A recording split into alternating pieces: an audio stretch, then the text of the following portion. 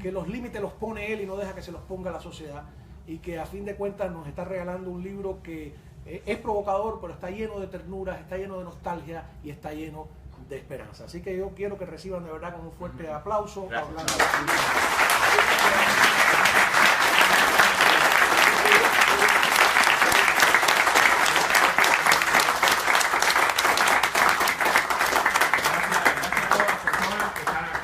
Todos los que me han dicho que por las redes sociales de que yo iba a estar transmitiendo esto por Facebook, se me olvidó. Bueno, gracias a todas las personas y por supuesto Cao, Carlos Alberto, Rosa María, Ofelia y Padre Conrado y todos los nombres que he estado saludando ahora en este tiempecito, Julio Chile, todo el mundo, ¿no? Omni, Zona Franca.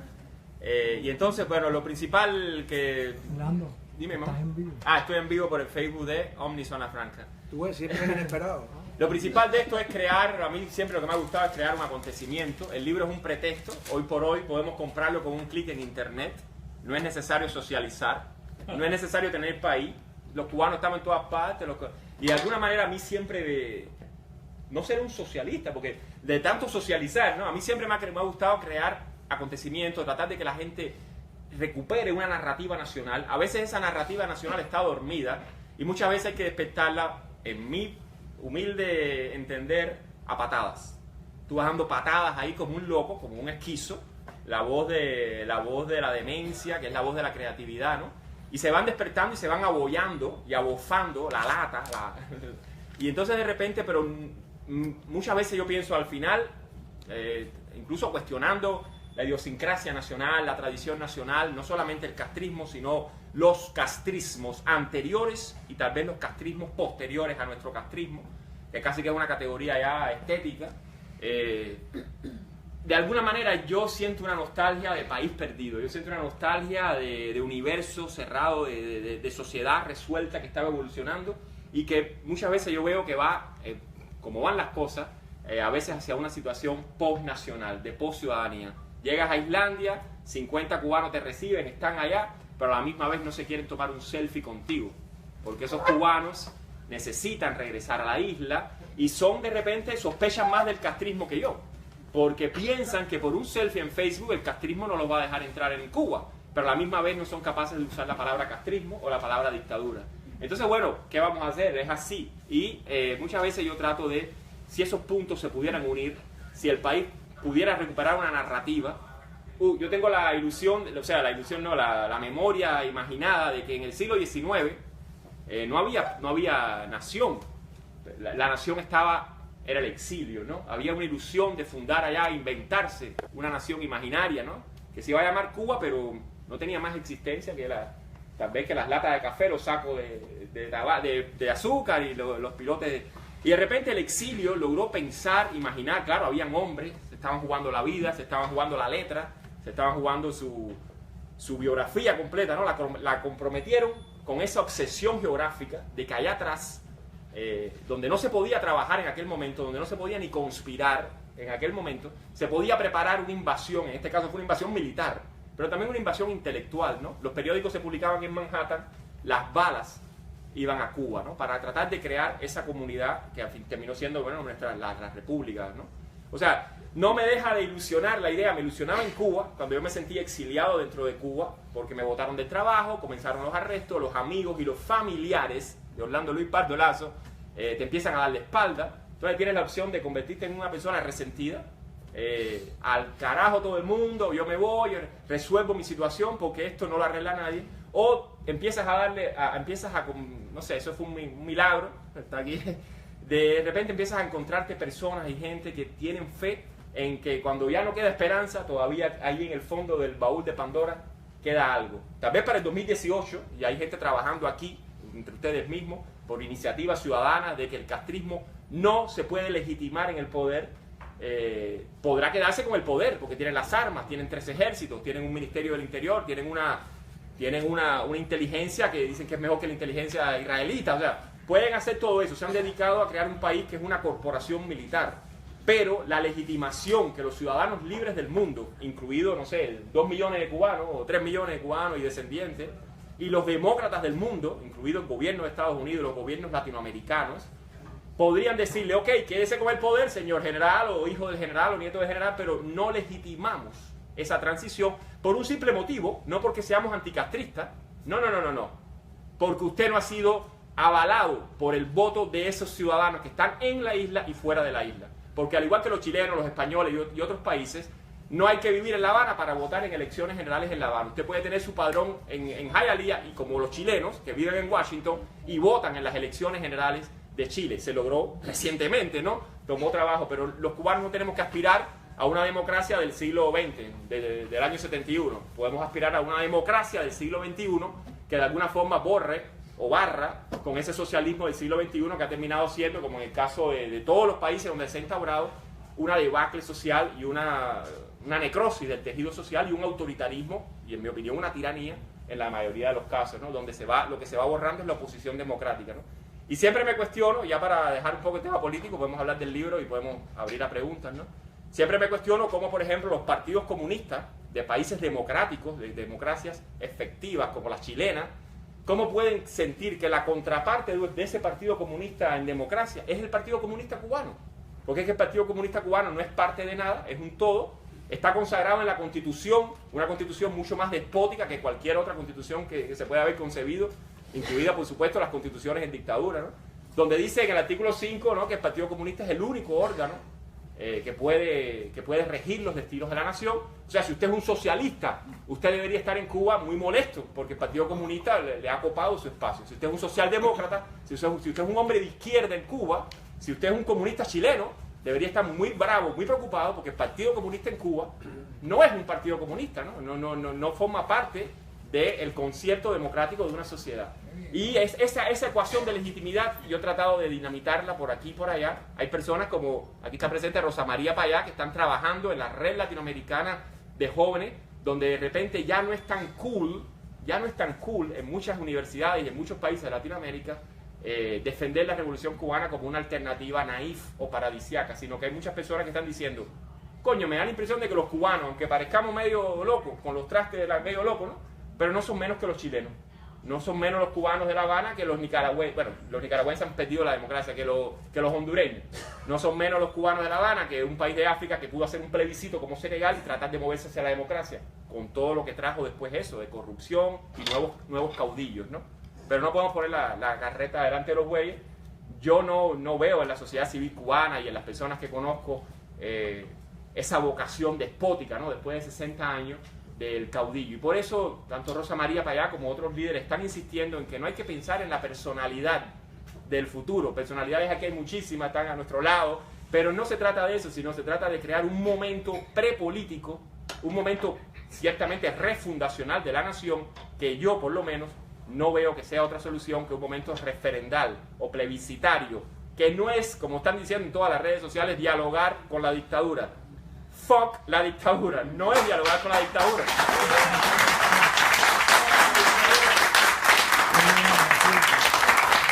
dictadura no lo va a aceptar, si lo acepta lo va a coartar, lo va a manipular. Es tratar de que las condiciones previas a ese momento prepolítico, refundacional, que las condiciones previas sean tales que esta conferencia no tenga sentido aquí en Coraquepe, que además es maravilloso hacerla aquí, si no la estamos haciendo en el Vedado. Que los medios de prensa en Cuba, como los medios de prensa en Pinochet, durante la dictadura, al final de la dictadura de Pinochet, le den los 15 minutos de la campaña del no a Rosa María Payá, a Juan Manuel Cao, si le da la gana a él de trabajar un partido liberal en Cuba, y que podamos entonces, habrá que darle los 15 minutos, tristemente, al Partido Comunista de Cuba también. Yo no se los daría, porque un Partido Comunista que ha secuestrado la soberanía de la nación, yo no creo que ese Partido Comunista como entidad jurídica tenga derecho a vivir, a existir en una democracia. Pueden fundar el PCC auténtico o otra cosa, pero el Partido Comunista de Cuba, castrista, tal como lo conocemos hoy, yo creo que sería válido un debate donde se considerara si después de secuestrar los destinos de la nación, usted tiene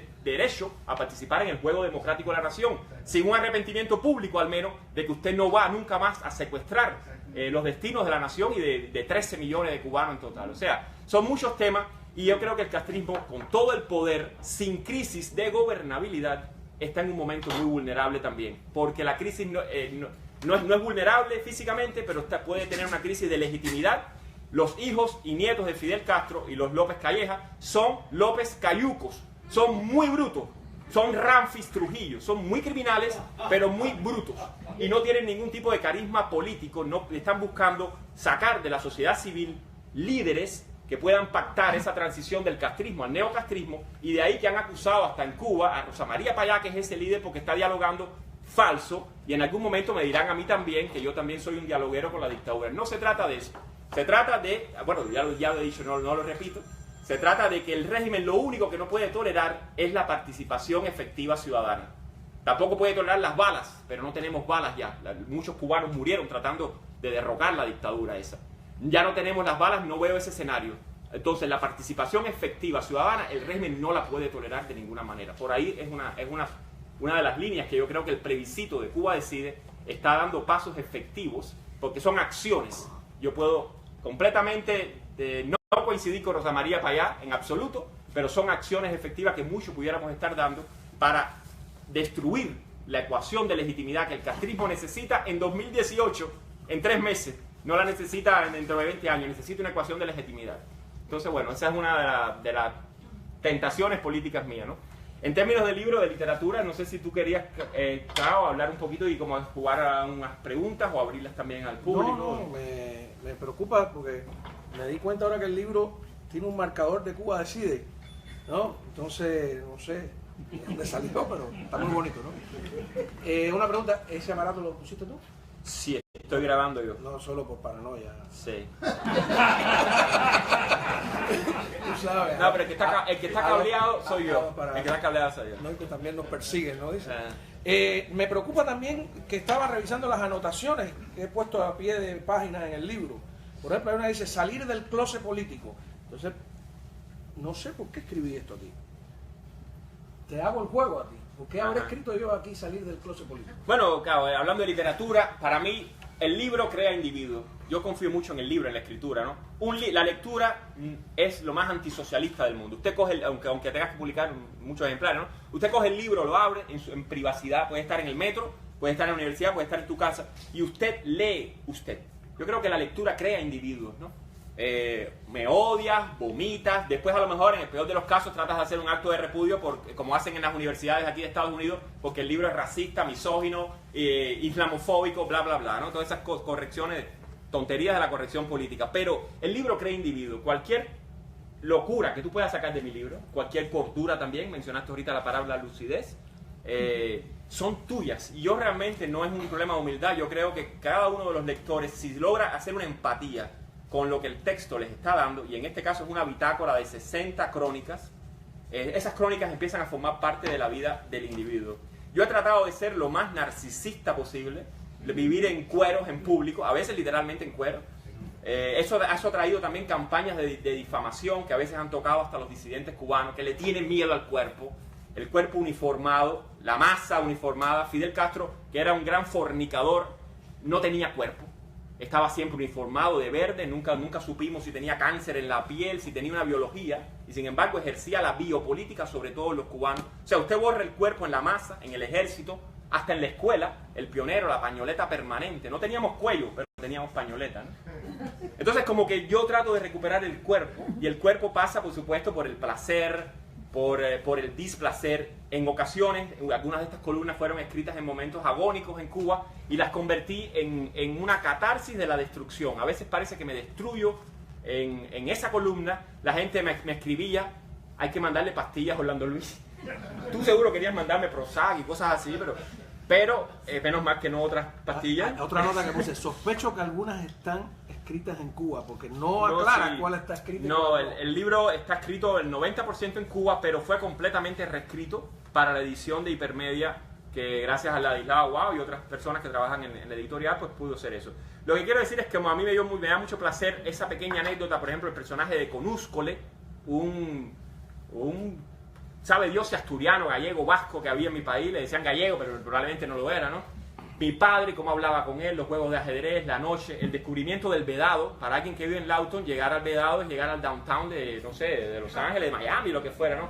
O sea, yo fui un niño muy provinciano dentro de La Habana. Fui un hijo de viejos, soy un hijo de viejos, y además soy hijo único. O sea, estoy completamente spoiled, ¿no?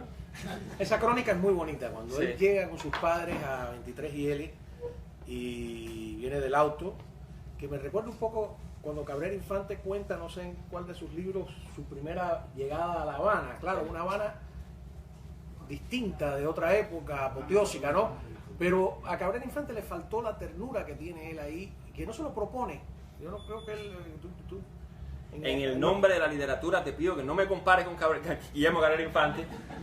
En París me han tirado bombas nucleares, narradoras y novelistas que viven en París, cubana, porque uno de los mitos sobre mí es, él quiere parecerse a Cabrera Infante. Por supuesto que eso es imposible, ¿no? En momentos yo creo que la prosa mía le da más vueltas al lenguaje que Cabrera Infante, tengo un poco más de delirio que Cabrera Infante, pero la obra monumental y política y literaria de Cabrera Infante es incomparable, ¿no? Es uno de los Nobel cubanos que hemos perdido, en parte por la... Fíjate, no se parece en el estilo, ¿no? Claro que no. Lo que me recuerda es la llegada del guajiro a La Habana, y tú eres un guajiro habanero, una cosa muy extraña, ¿no? Pero tú no tienes ese detalle, es otra cosa. Yo los invito a que lo lean. Volviendo a esto del closet político, un poco lo has resumido tú con eso. Fidel Castro necesitaba salir del closet también, ¿no? Porque estaba metido en un closet ahí que el uniforme era su closet. Pero tú dices aquí una cosa interesante, dices, los cubanos simplemente ya no deseamos participar demasiado, no queremos vernos involucrados del todo en nada. Sí. Bueno, primero que todo, puedes mirarlas al revés. Yo quiero que los cubanos participen, yo quiero que los cubanos se involucren, ¿no? Yo quiero que los cubanos no sean indolentes. Pero si lo digo así, bueno, pues pierde, en mi opinión, cierta fuerza de que tú incluso te insultes, ¿no? Pero ciertamente, como hecho demográfico, ¿no? En mi cuadra, mi madre le colgaba el teléfono a Radio Martí Noticias. Orlando Luis Pato, no, él no está. Mami, ¿quién era Martí Noticias? O sea, mi madre, para protegerme, por un acto de amor, me mataba como ciudadano. Me estaba diciendo, no seas ciudadano, no existas, ¿no? Y en algún momento era muy triste ver que la guerra contra Fidel Castro era también la guerra contra María Lazo, la persona que yo amo, ¿no? Mi madre. O sea, el vecino llegaba y te decía, me ha pasado esto, en el cementerio un tipo del Minfar me ha robado la no sé qué, y ya la bóveda ahora no sé qué, y los papeles no aparecen, y he perdido mis muertos. Me lo dijo una señora, he perdido mis muertos, 8 muertos. O sea, los restos. Le dije, esto tenemos que denunciarlo, y me dijo, no, yo te digo para que tú lo cuentes, no menciones mi nombre. O sea, el testimonio, que fue creado a lo mejor en Casa de las Américas como género de defensa de la izquierda y de los humildes y de los aborígenes y bla, bla, bla, el testimonio en Cuba está como que abolido por la dictadura porque la gente no quiere poner su rostro, no quiere poner su cara y no quiere decir lo que les pasó a ellos. O sea, no es que yo quiera que esa señora participe tanto de los blogs, por ejemplo, ¿no? Sino que esa señora cuente lo que le pasó a ella. Yo no he perdido muertos en Cuba, pero ella sí, y sin embargo no quiere dar testimonio de su vida. Eso a veces yo lo resumo en otra parte del libro, como que los cubanos estamos viviendo vidas sin biografías. Cuando esa señora perezca, ya muera, ya no vamos a saber si esos muertos eran de ella o eran del Minfar, ¿no? El único que tuvo biografía en Cuba, bueno, pues ahora tiene una piedra allí que parece ser que es para la eternidad. O sea, como que yo empiezo a hacer la metáfora un poco exagerada. Yo sé que hay muchas personas que además tuvieron biografía y lucharon por esa biografía y por esos valores y pusieron la vida, y le costó la vida eso. Pero como generalización, a veces yo sentía a mi alrededor, estoy viviendo, el tiempo no pasa, está congelado, ¿no? La gente aquí no quieren saber lo que les está pasando. Y si me permiten la crítica intelectual a nivel de los intelectuales, que tienen la misión, el deber de saber y comentar sobre la sociedad, no es una crítica personal, puede ser Leonardo Padura, por ejemplo, que me encanta las cosas que pasan en sus novelas. No, please. Me encantan las cosas que pasan en sus novelas. ¿Qué voy a hacer? Tengo un defecto de fábrica. Pero, como intelectual, ese hombre, por ejemplo, no sabe que en el 2012 Osvaldo Payá falleció en un accidente. Él podría comentar sobre el accidente, incluso desmentir todo lo que se sabe. Él no comenta sobre el tema. El proyecto Varela, que fue un proyecto de vida, él tampoco lo conoce. Si le preguntamos sobre eso, él no está muy informado. Un poquitico antes había fallecido, en mi opinión, asesinato clínico, Laura Pollán, y había un movimiento sin importancia, desde el 2005, que ganó el premio Andrei Sájarov, que se llamaba Damas de Blanco. Es intelectual, y todos los intelectuales en Cuba no lo saben. Entonces yo digo, bueno, yo no me puedo fajar tampoco con ellos, pero les quito el título de intelectual. No son la conciencia crítica de la sociedad, tampoco son capaces...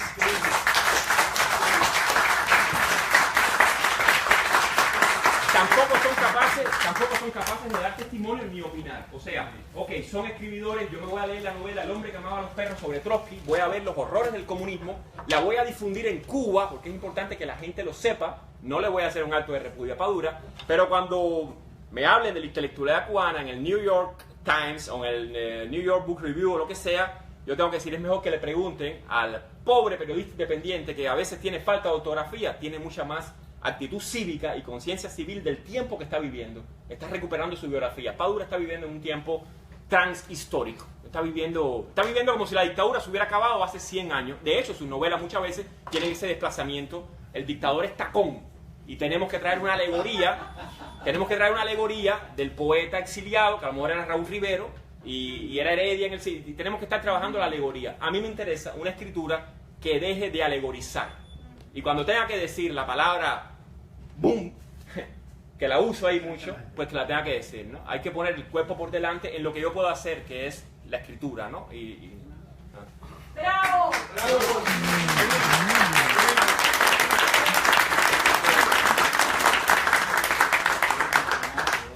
Antes de, por supuesto, que participen, yo quería hacerte 2 o 3 preguntas de carácter personal. Primero, ¿estás estudiando qué? ¿Dónde?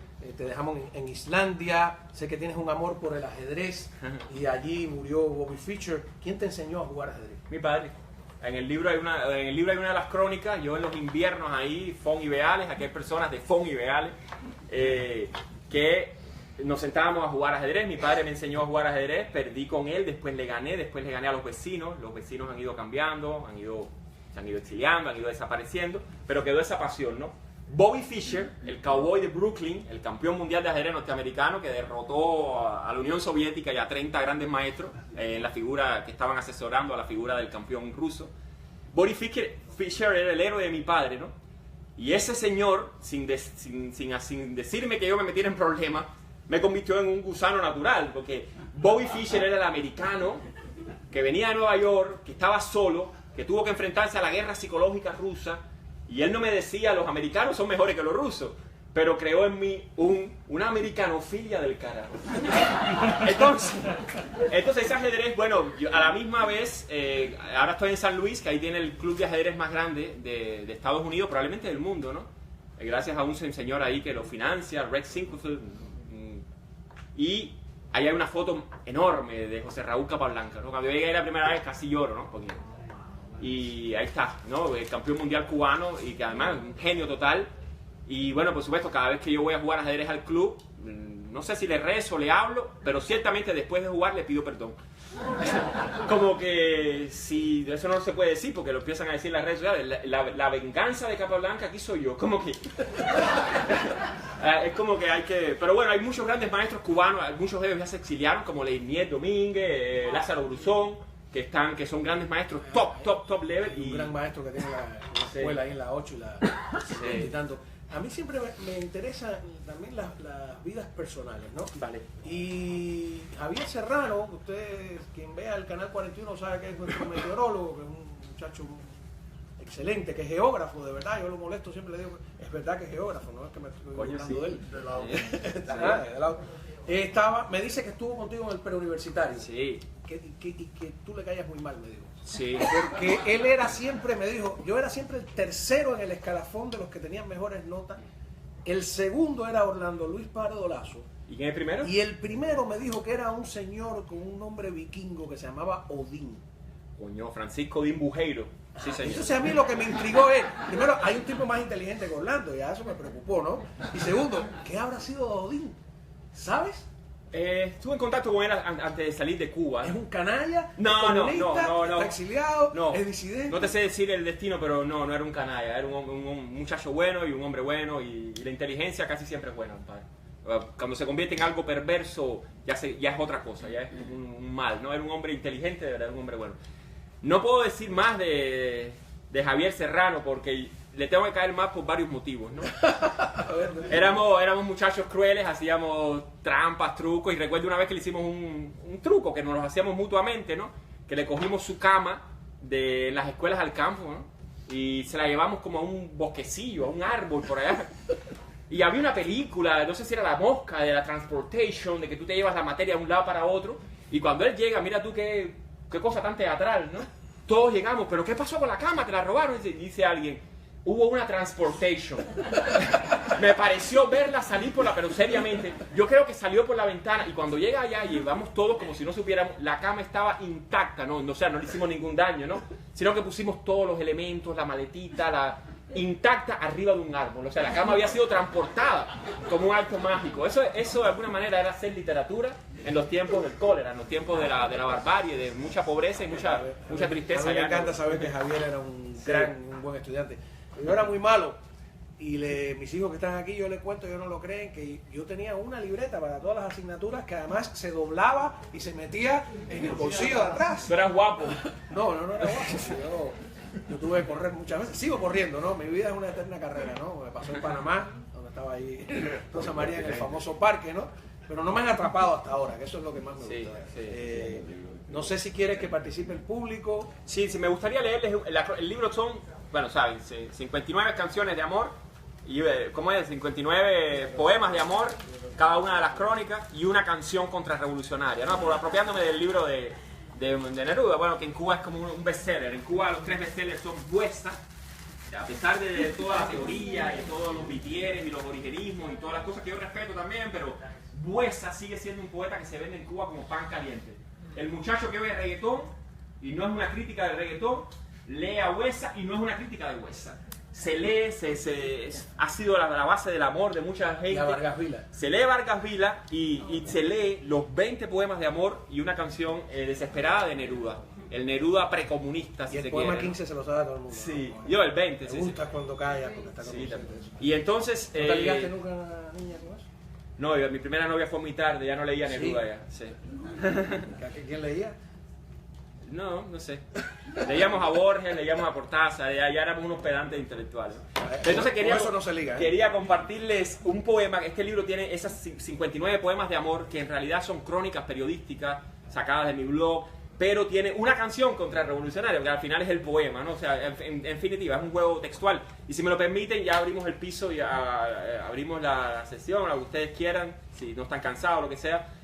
Pero leerles este texto, porque es un texto muy coloquial, muy de barrio. Para mí no es un poema, para mí es un poco como esa biografía que yo iba recuperando según iba escribiendo, me permiten pararme, iba escribiendo cada crónica en el blog y iba recibiendo el feedback de algunos de estos personajes que yo menciono, o esos personajes iban también desapareciendo, ¿no? Entonces se publicó en Diario de Cuba.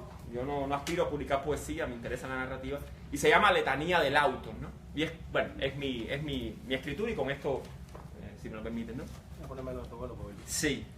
Letanía del Auto. Fons y Beales. Nombres raros, en realidad, para una esquina cubana. Mi madre me obligaba a repetirlos, Fons y Beales, por si un día me perdía en la ciudad. Lo mismo que mi teléfono, 98269, el único que se prestaba en muchas cuadras a la redonda. Casi una cabina pública, que después fue ganando dígitos con el desarrollo. 988269, según mi madre, envejecía, a expensas de mis resabios, en un tic-tac lento pero traumático. Después 6988269, con cada cambio de número, entendíamos que la vida era una cosa muy distinta de la que esperábamos al inicio. Finalmente 76988269, mientras Fons y Beales, por suerte, seguían siendo Fons y Beales. Raro roce de dos calles ovaladas que son paralelas primero y después se cruzan en perpendicular. A la postre, las dos calles se cansan y comparten una acera en Fons y la acera de enfrente en Beales. Geometría al margen de cualquier cuadrícula republicana. Tangentes saturadas de gente, cartabón cartesiano, nomenclatura sin fechas patrias ni mártires revolucionarios. Fons, con la T antecediendo la S, nadie nunca atinaba con semejante acierto ortográfico. Beales sin la T de Beatles, que mis vecinos oían en la clandestinidad de los años 70 en La Habana. Mi casita de maderas y tejas coloniales, Comején en el número 125, de Fons, esquina Beales, un perro siempre en el patio, llamado Kelly, generación tras generación. Al lado, los santos y los postres del brujo Miguel, que me santiguaba con su sonrisa de dientes dorados, aunque un día le dije que era negro como el betún. El betún era entonces azul. Al otro lado, un portón, Victoria, la del CDR, con media familia en fuga cuando el Mariel, Victorina, la de los Mazarreales y Frozens, los garajes de chapistería y refrigeración, todo estatal, todos estatales. También la bodega del chino centenario, que murió hace poco, demente, pero todavía reconociendo el nombre de mi mamá. Malía, Malía, le decía. Y también el nombre de su único hijo, que ya no estaba. Orlandito, ¿estás bien? Abel y Tita. Los populosos Tapias y los populosos Dixons. La escalinata donde me iba rebajando los dientes de hueso hasta perder un frontal, a golpes de deslizarnos sobre una lata o un cartón, juguetería proletaria, y por la que se cayó un camión de leche una madrugada que fue histórica en nuestra mitología del barrio. Santiaguito y Fernandito perdieron en esa aventura su viejo yugulí. También cayó un hombre borracho desde un balcón y no murió enseguida, sino cuando lo olvidaron los meses.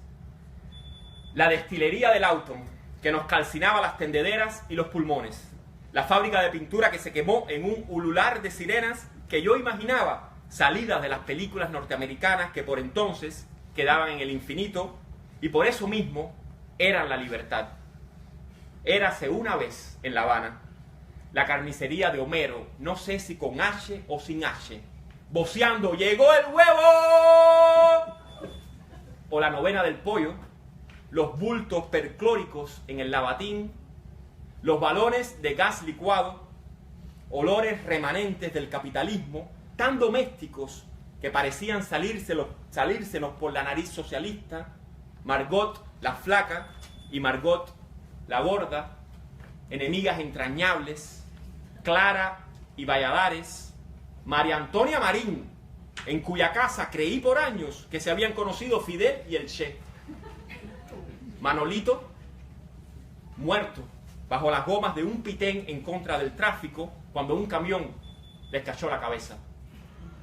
Su madre poniéndole Manolito de nuevo al siguiente bebé, todos buenos y tristes, todos con fe en un futuro que nunca fue, todos luminosos hasta por su lenguaje.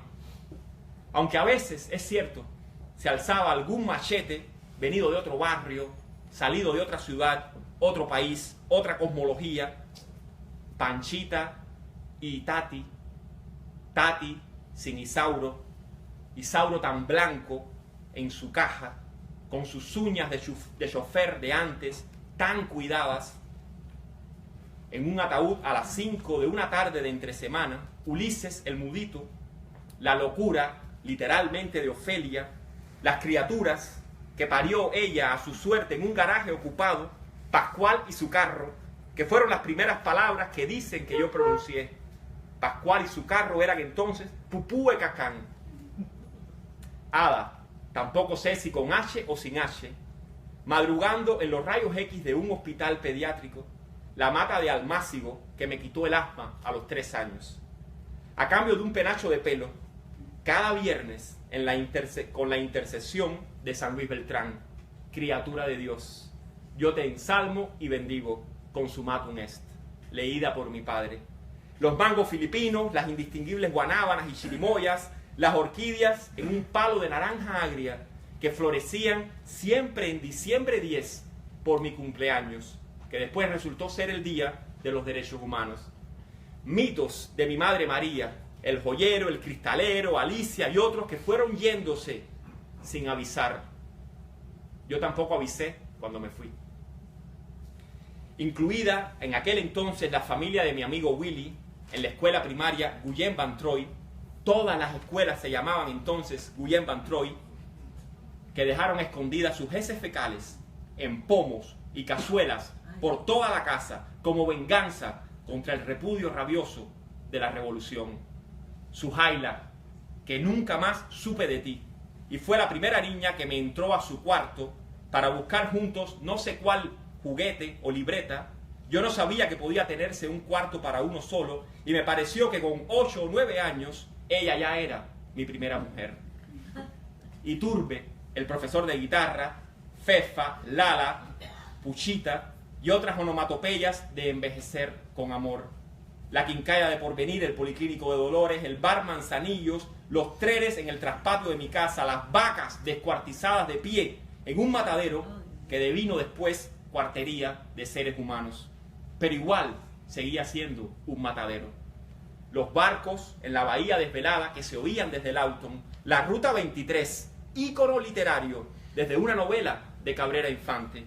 Peralta, el último chofer de las 23 del mundo. La Quinta de los Locos, donde un día durmió Anaís Nin, niña. Las canchas del Conte y del Ferroviario. Palomas, papalotes, la cafetería del Cangrejito, los sándwiches cubanos, que solamente eran cubanos en Cuba, el convento de la Camilo, jugando a las bolas, al quimbi cuarta, al ñate, un cine con aspas llamado Erie, que mi padre me descubrió era un gran lago que después pude visitar. En fin, combinaciones inconcebibles para quien no sea del barrio. Impronunciables palabras de importación para los pobres cubanos. Nombres raros a puntos de irrealidad, como Fons, como Beales, como los gallegos y los polacos que no eran de Galicia y mucho menos de Polonia, pero ahora de nuevo ya todos para siempre lo son, cubanos, habitantes ausentes de un socialismo soez, en una esquina específica de La Habana, que mi madre me obligaba a memorizar junto a las cifras de nuestro teléfono incesante. 98269 por si un día me perdía de la ciudad, 9881269 por si un día se perdía ella de la ciudad, 6988269 por si un día te perdías tú de nuestra ciudad, 76988269 por si un día nos perdíamos nosotros de nuestra ciudad. Muchas gracias.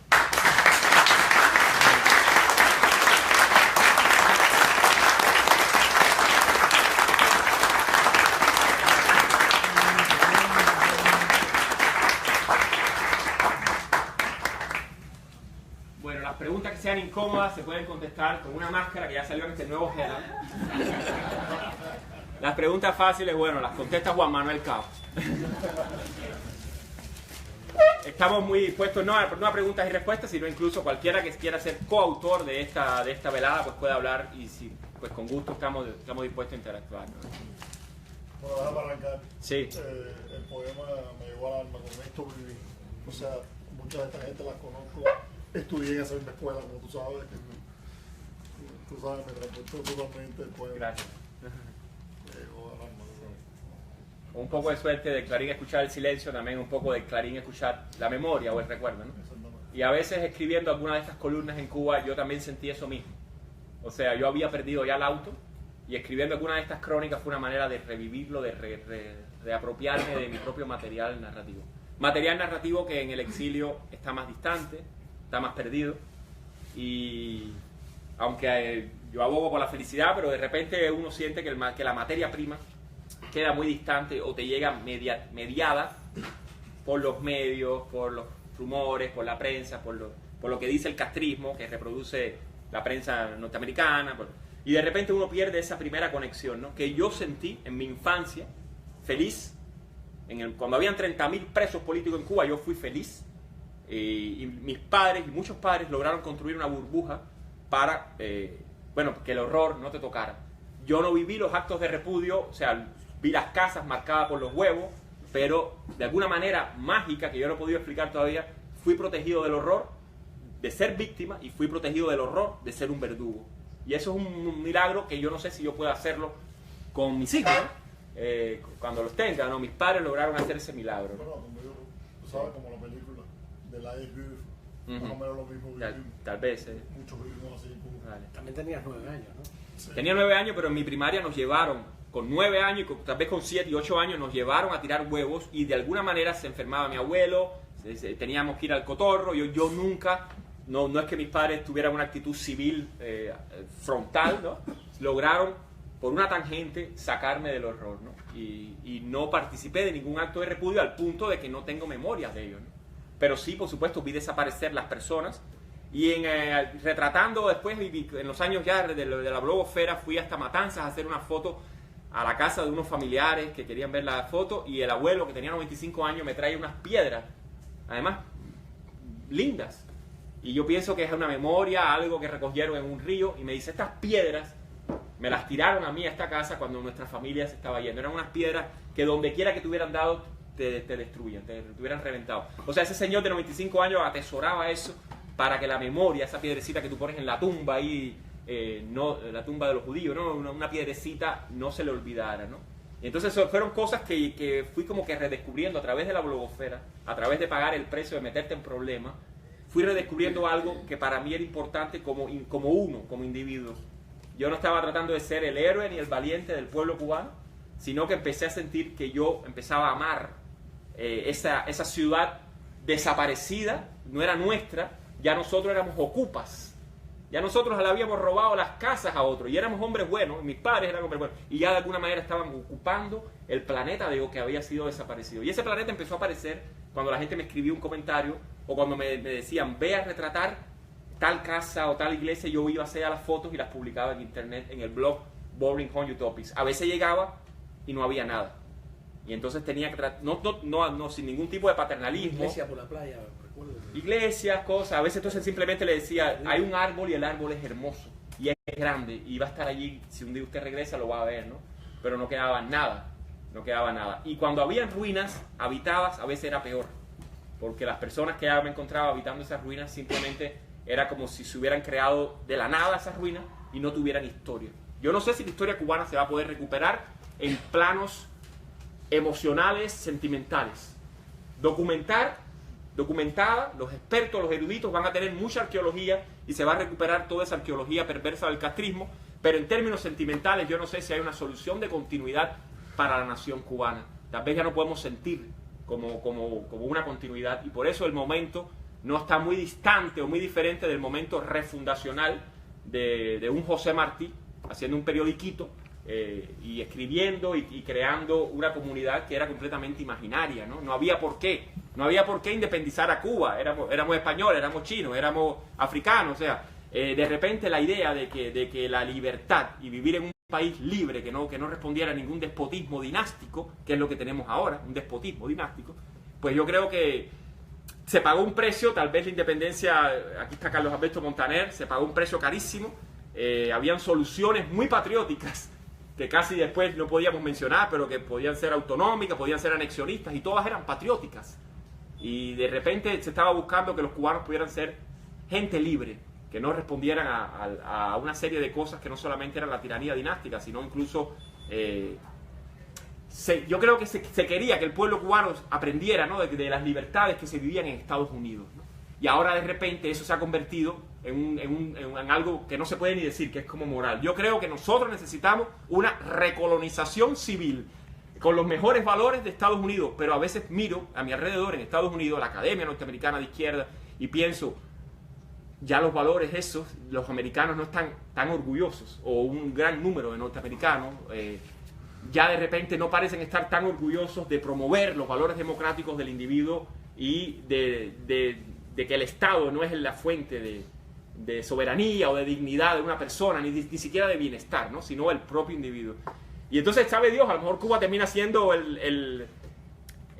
como el archivo o el depositorio de esos valores, porque en algún momento yo creo que la nación cubana tiene que despertar, y yo creo que los cubanos vamos a amar más los valores democráticos que muchas veces la decadencia que uno se encuentra en los propios norteamericanos aquí, ¿no?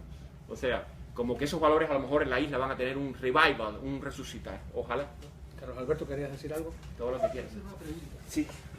¿Cómo eran tus relaciones con el tipo que te atendía?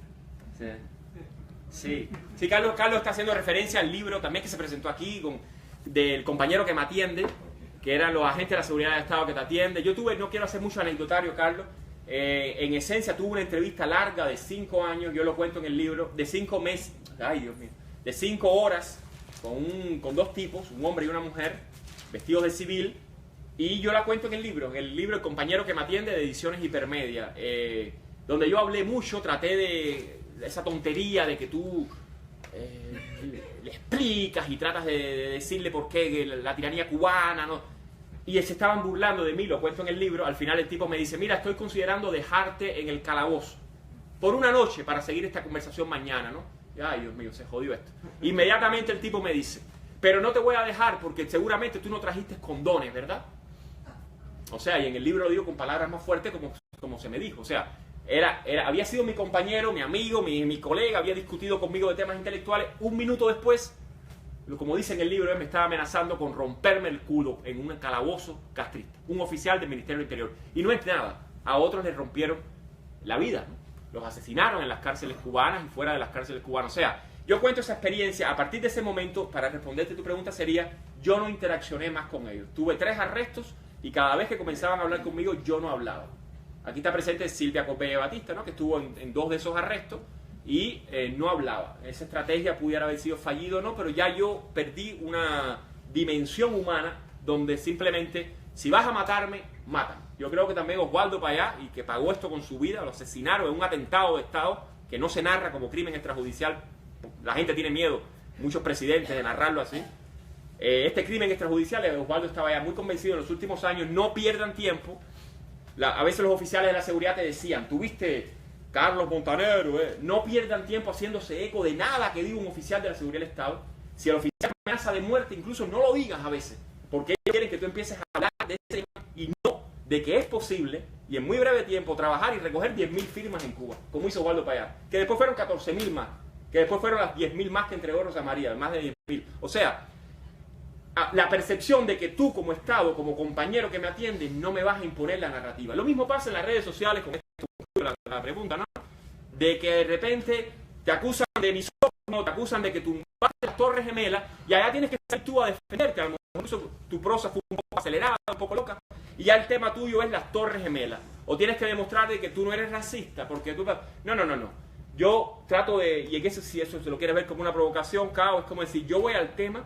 La agenda del pueblo cubano no la puede definir el gobierno cubano. La agenda del pueblo cubano no la puede decidir Washington. Si Washington quiere discutir el embargo, que lo discuta con los senadores norteamericanos, no con el pueblo cubano. Al pueblo cubano el embargo,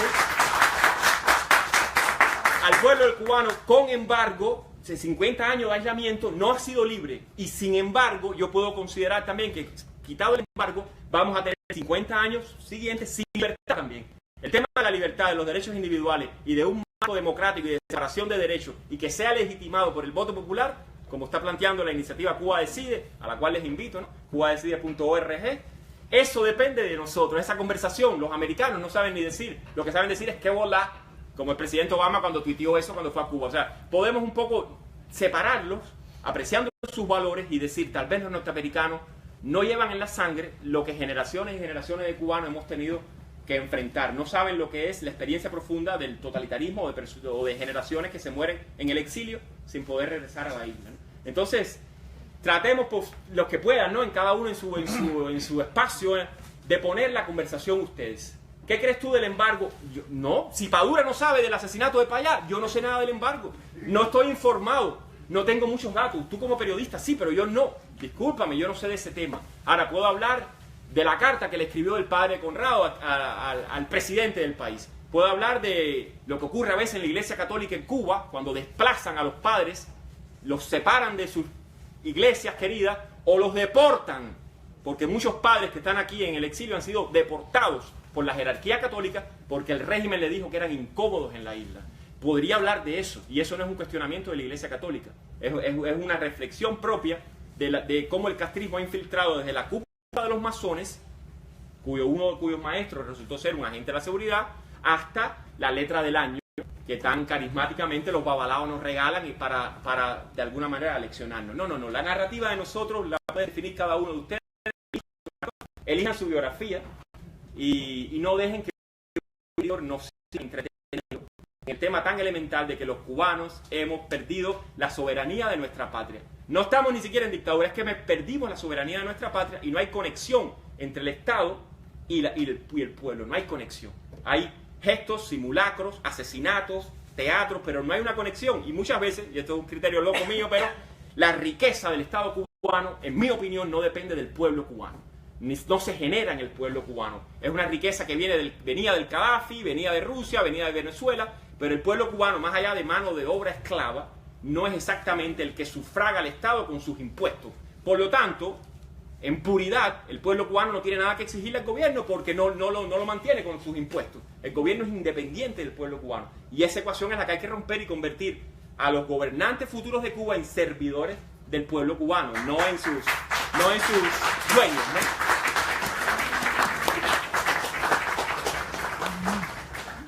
¿Alguien más se anota? Por ahí atrás. Sí. Bueno, a mí me trajo la curiosidad de entender por qué usted coquetea con ser un líder político y cómo crees que podrías asumir esa presidencia de una Cuba democrática. Sí. Soy venezolana, nunca te he leído. Me gusta el tema de política como venezolana cubana, que mi madre es cubana, llegaron en el 49 a Venezuela. Este tema me interesa mucho, pero nunca hablo de política con nadie porque no me gusta entrar en discordia por política. Pero bueno, es lo que manda. Y a mí me interesa muchísimo la vida y el futuro de los líderes políticos nuevos que van a cambiar esta América socialista, esta América comunista, sí, esta América que viola los derechos humanos en un universo que ya ha evolucionado lo suficiente, sí, en tecnología como para que vivamos así. Entonces, yo quisiera entender por qué usted coquetea con eso, lo hace por una estrategia de mercadeo para su libro, o de verdad te sientes identificado. No, yo...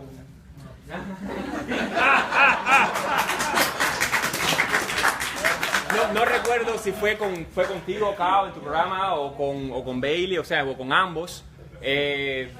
Sí, que un poquitico mencioné que en Cuba, usted le pregunta al vicepresidente del Consejo de Estado, o Miguel Díaz-Canel, o le pregunta a un ministro, ¿usted cree que le gustaría?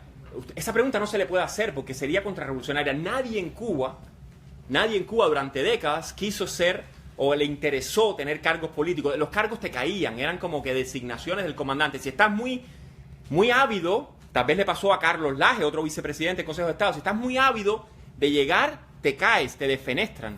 Si eres muy popular y el pueblo cubano, aún siendo oficialista, te respalda un poquito porque tienes el pelito largo y te llama Robertico Robaina y cambiaste la imagen de la Unión de Jóvenes Comunistas, todos son ejemplos reales, te defenestran. O sea, lo clásico esto es que te pegas al sol, te queman las alas, ¿no? Ese era Fidel Castro. Pero Fidel Castro está muerto, Raúl Castro está en camino.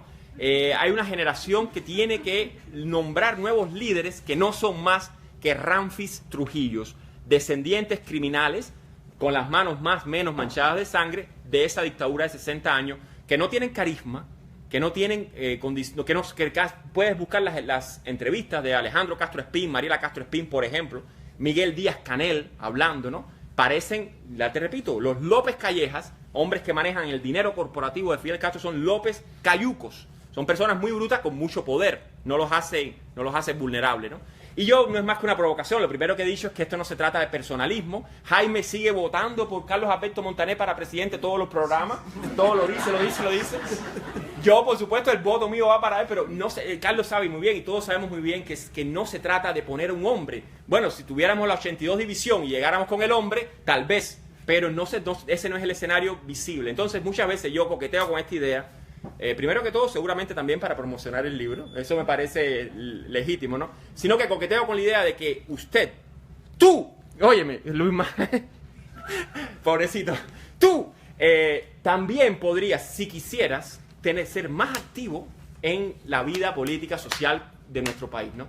Yo sé que es muy difícil para las personas que quieren tener una vida normal, pero es el momento que los que pueden hacer algo, lo hagan. Porque normalmente nos está pasando que los que saben, no quieren. Los que quieren, no pueden. Los que pueden, no saben. Y es como una Catalina, ¿no? Que de repente... Que lo puedes asumir y Eso no se puede saber porque no tenemos instituciones en Cuba. ¿Cómo yo puedo ser presidente de algo que no es presidenciable, que es la República Cubana? No tiene cargo de presidente.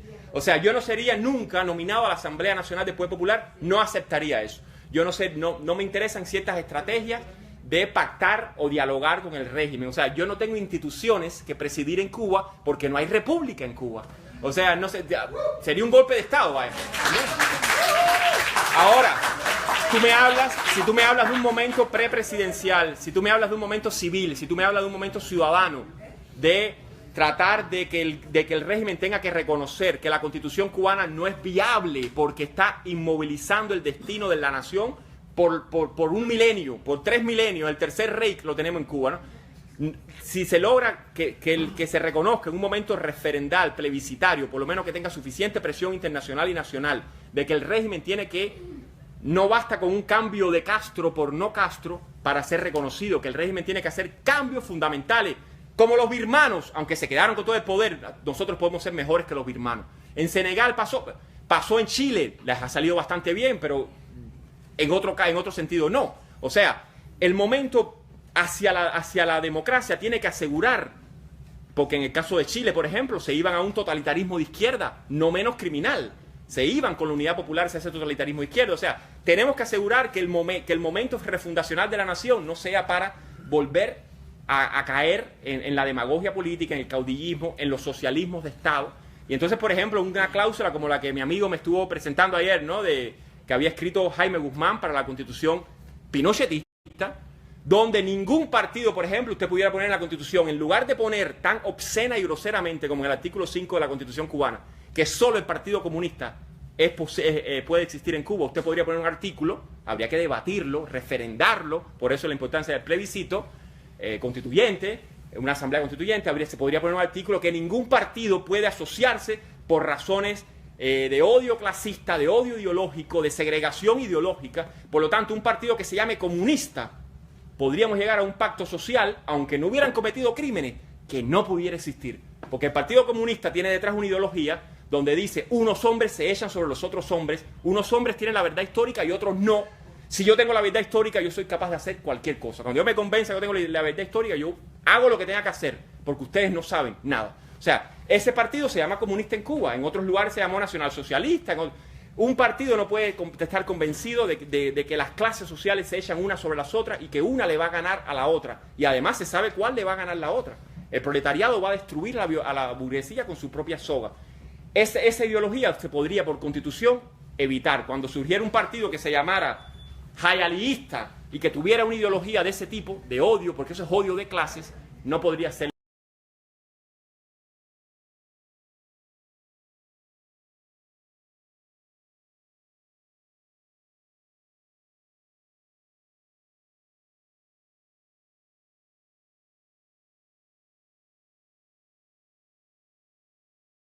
Ese niño va a ser presidente de Cuba. Eso en el año 71 era una condena a muerte. Herodes, ¿no? Maten a todos los niños que nacieron en el 71. ¿Entiendes? Entonces, mi madre corrió para la casa y me puso 2 azabaches. Que ahora pienso que son grados. Pero bueno. Voy a ponerme yo ahí una cosa bien breve, pero es una pregunta importante la de ella, porque cuando hoy me empezaron a llamar la gente, sabe que hay muchos breteros también en Miami, ¿no? Oye, Orlando Luis dijo en el Jera que quiere ser presidente. Yo dije, menos mal, tengo a alguien ya por quien votar, ¿no? Porque una de las cosas que ha hecho el comunismo es sembrarnos a nosotros el complejo de que no tenemos derecho a disputarles el poder a quienes lo ostentan, que no tenemos derecho a participar de la vida política del país y que todo aquel que quiera fundar un partido político, una organización, aspirar a un cargo, es un tipo ambicioso, que tiene ideas malévolas, porque los únicos que tienen derecho son ellos que están ahí ya. Está pasando en Venezuela, ¿no? Vemos en Venezuela que quienes ostentan el poder desde la era de Chávez y ahora con Maduro, se creen que son ellos los únicos que tienen el derecho. Yo creo que debe, parafraseando al loco de Fidel con lo de Camilo, que deben surgir 1, 2, 1000 Orlandos que le digan al poder, yo también tengo derecho a disputarte el poder. yo también tengo derecho a fundar un partido político, yo también tengo derecho a participar de la vida política del país, porque somos ya 3 generaciones que no nos hemos podido gobernar y que no hay nada malo en eso. Al contrario, si se hace con mesura y se hace con sensatez, cada uno de nosotros puede de verdad aportar algo y crear una república en la que, como trayendo a colación la famosa frase de Martí, podamos trabajar todos, ¿no?, por el bien de todos. Así que yo, si se postula, voto por él, sencillamente, ¿no? ¿Por quién voy a votar? ¿Por Raúl Castro? ¿Por Díaz Canel? No me lo dejo. Ya no voy más a tu programa. Ese complejo hay que quitarlo. Lo que pasa es que yo tengo otros candidatos, pero no se lo voy a decir ahora. No, lo que sí quería, gracias por el comentario, pero por el voto, ¿no? Gracias por el voto. Carlos Alberto, incluso las personas que no quieran tener una vida tan activa políticamente, no es solamente decirle al gobierno cubano las cosas, hay muchas personas diciendo, sino también hay gente en silencio a veces hablando, que ya están trabajando para eso. E insisto, discúlpeme, el marcador que tú tienes, ¿no?, de Cuba Decide, hay personas trabajando a nivel internacional. Rosa y otras personas han hablado en los senados de diferentes países latinoamericanos, del Parlamento Europeo, donde ya hay fracciones. Por supuesto, hay fracciones castristas en ese parlamento y hay fracciones que están reconociendo, y esto incluye al secretario general de la OEA, Luis Almagro, reconociendo de que hay ciudadanos cubanos que son interlocutores de las instituciones internacionales. No tenemos instituciones en Cuba, pero fuera ya se le está diciendo al gobierno cubano, como tal vez pasó en los 90 al inicio, ¿no?, en ese momento de ilusión, usted no es legítimo, usted tiene que encontrar una solución de legitimidad. Puede ser el cambio fraude, nadie lo vio mejor que Osvaldo Payá, claro que un cambio fraude. Pero ya está teorizado, ya está escrito, podemos leer un libro de Payá que va a salir en breve, o sea, y muchas otras cosas podemos leer, ¿no? Ya sabemos que es un fraude el cambio. Yo creo que podemos abogar por ese cambio para que no sea fraudulento, ¿no? Y hay personas trabajando, Cao, que si un clic en la página de web cubadecide.org, atender a una conferencia, escuchar, hacer una oración de voz, apoyar una reunión de personas que sobre el tema del plebiscito, no es el tema teórico de la democracia. Es el tema que se está actuando. No es Martí escribiendo Patria, que es maravilloso y quedó para siempre. Es Martí preparando una conspiración que no es clandestina en este caso, que es la acción. O sea, hacer como la mejor manera de decir. Y hay gente haciendo, ¿no? Y en la página cubadecide.org van a encontrar maneras de apoyar la acción, incluso cuando usted tiene que trabajar 10 horas a lo mejor y no puede participar directamente de esa acción, la puede apoyar con su presencia y con muchas otras cosas. Con la difusión también. No hay nada malo. Sí, hermano.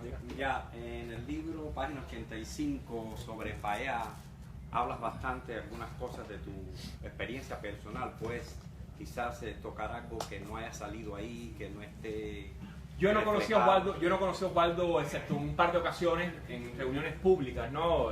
Y disculpa, otra pregunta. Sí. ¿Qué libro viene después de eso? Sí, vale. Si es que Y brevemente, porque bueno, aquí está Rosa María Payá, está Ofelia Acevedo y... pueden también hablar de Osvaldo si quieren, ¿no? Yo no lo conocí en persona, no puedo dar el testimonio directo, ¿no? Pero lo vi en el velorio de Laura Pollán, que en mi opinión fue asesinada. Yo creo que él también estaba convencido de eso clínicamente. Y tengo el testimonio de Danilo Maldonado, el sexto, loco grafitero, ¿no? Y ese es el que me gustaría compartir, ¿no? Porque en una reunión, reuniones estas públicas, veladas, que a veces las embajadas invitan a la sociedad civil y que el 90% de las veces no apoyan lo que tienen que apoyar, pero bueno, ahí uno va, socializa, tiene una burbuja de respiración, ¿no?, entre ciudadanos normales, encuentra a veces escritores de otros países que están visitando el país, hay una embajada, bueno, en fin. Osvaldo se le acercó al sexto y empezaron a hablar, ¿no? Él me contó algunos detalles, pero en un momento determinado le dijo, tiene que ser especialmente, doblemente difícil para ti con tu familia siendo tan joven. O sea, Osvaldo sabía que el sexto había estado preso, que había cogido palo, y Osvaldo de repente lo que se da cuenta, ¿no?, de que la locura de ese joven libre estaba también repercutiendo y afectando, y tenía que ser doblemente dura para la familia, porque Osvaldo sabía la perversión del régimen, cómo irradiaba hacia los vecinos, los familiares, todo, ¿no?